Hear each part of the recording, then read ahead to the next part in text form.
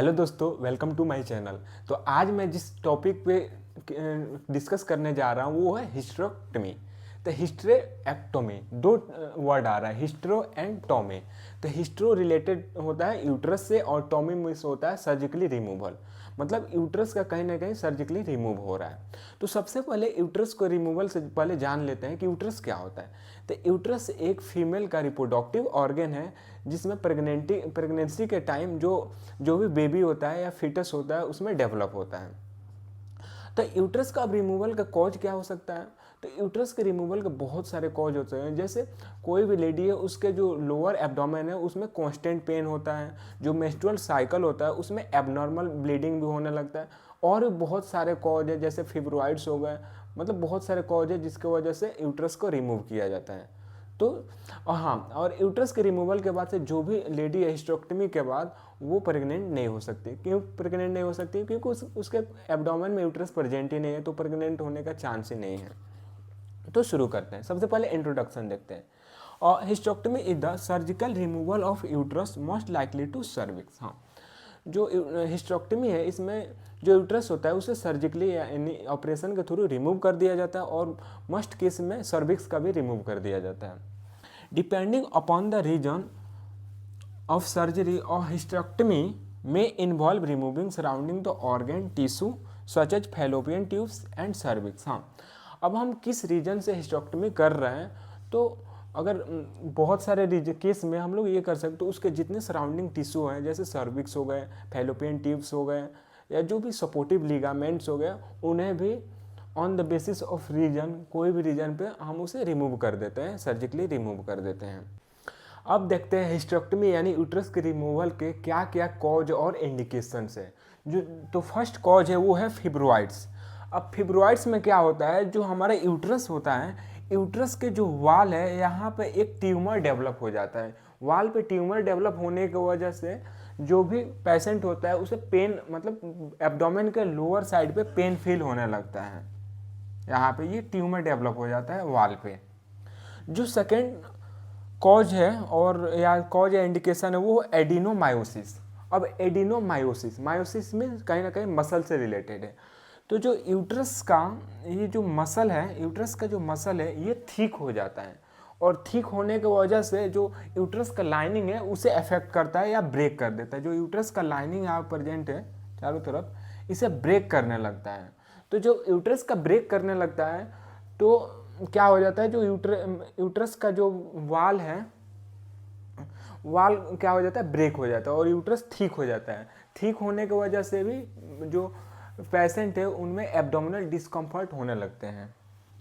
Dysfunctional uterine bleeding. अब dysfunction uterine bleeding क्या, जो नॉर्मल मेंस्ट्रुअल साइकिल में ब्लीडिंग होता है वो ना होकर एबनॉर्मल ब्लीडिंग होने लगता है। और एबनॉर्मल ब्लीडिंग होने का जो कॉज है वो है हार्मोनल इम्बैलेंस। जो वोमेन में जो हार्मोन होते हैं उनमें इम्बैलेंस की वजह से जो ब्लीडिंग होता है वो एबनॉर्मल होने लगता है। अब सर्वाइकल कैंसर, जो सर्विक्स है यहाँ पे कैंसर होने की वजह से भी यूट्रस को रिमूव करते हैं। यूटेराइन प्रोलेप्स, यूटेराइन प्रोलेप्स में क्या होता है, इसके अलग अलग स्टेज हैं। तो यूटेराइन के अलग अलग स्टेज में इसमें क्या होता है, जो यूट्रस है वो अपने जगह पे सिचुएट ना होकर, अपने जगह पे लोकेट ना होकर ये क्या हो जाता है, डिसलोकेट होने लगता है। या तो ये एब्डोमेन कैविटी में जाने लगेगा या नीचे की तरफ ये मूव करने लगता है।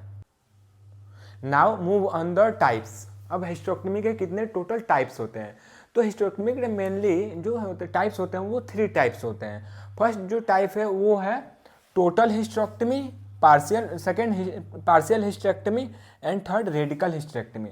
तो टोटल हिस्टेरेक्टमी में यूट्रस के साथ साथ जो सर्विक्स है यानी यूट्रस का जो नेक है जो वेजाइना में जाकर ओपन होता है, यहाँ पे ये सर्विक्स के यूट्रस के साथ साथ सर्विक को भी रिमूव किया जाता है टोटल हिस्टेरेक्टमी में। टोटल हिस्टेरेक्टमी में यूट्रस एंड सर्विक्स। अब जो पार्शियल हिस्टेरेक्टमी होता है इसे सुप्रा सर्वाइकल हिस्टेरेक्टमी भी बोलते हैं। क्यों? क्योंकि केवल इसमें जो पार्शियल हिस्टेरेक्टमी होता है इसमें यूट्रस का जो अपर पार्ट होता है इससे ही रिमूव किया जाता है पार्शियल हिस्टेरेक्टमी में।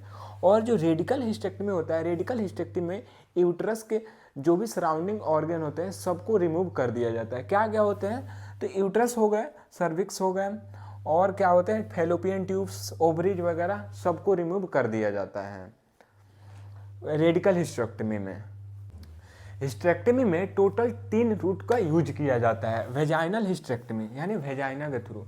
तो इसमें क्या होता है कि जब सर्विक्स और यूट्रस को रिमूव करना होता है तो वेजाइना के टॉप पे एक इंसिजन लगा के उसे अटैच कर लिया जाता है। देन वेजाइना के थ्रू इंस्ट्रूमेंट को इंसर्ट करके जो यूट्रस का जो सपोर्टिव लिगामेंट है उसे डिटैच करके रिमूव कर दिया जाता है। अब ये वेजाइनल हिस्टेरेक्टमी रूट क्यों मतलब ज़्यादा प्रेफर किया जाता है, क्योंकि ये होता है लेस इन्वेंसिव होता है और इसमें क्या होता है कि जो यूट्रस का साइज हो वो छोटा होता है, तब इसमें ज़्यादा यूज किया जाता है क्योंकि इसका रिकवरी टाइम भी बहुत कम होता है। अब जो सेकेंड है एब्डोमिनल हिस्टेरेक्टमी।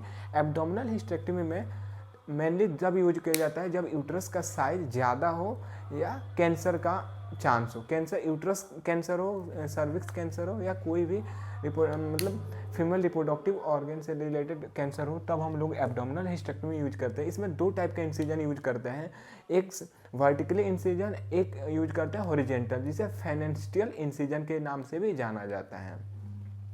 अब जो थर्ड है वो है laparoscopic hysterectomy.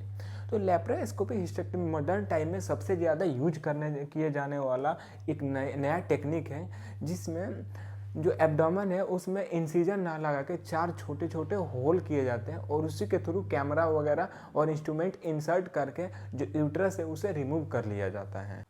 After surgery patient कुछ ऐसे कंडीशन में फील करते हैं जैसे वेजाइनल ड्रेनेज, जो सर्जरी के आफ्टर 6 मंथ तक चलते रहता है।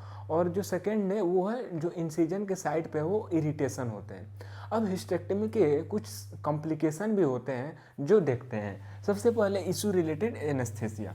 हाँ, तो हिस्टेरेक्टमी होता है, ये एनेस्थीसिया के देने के बाद ही हिस्टेरेक्टमी किया जाता है। तो एनेस्थीसिया के बहुत सारे साइड इफ़ेक्ट होते हैं, वो सब भी देखने को मिलते हैं।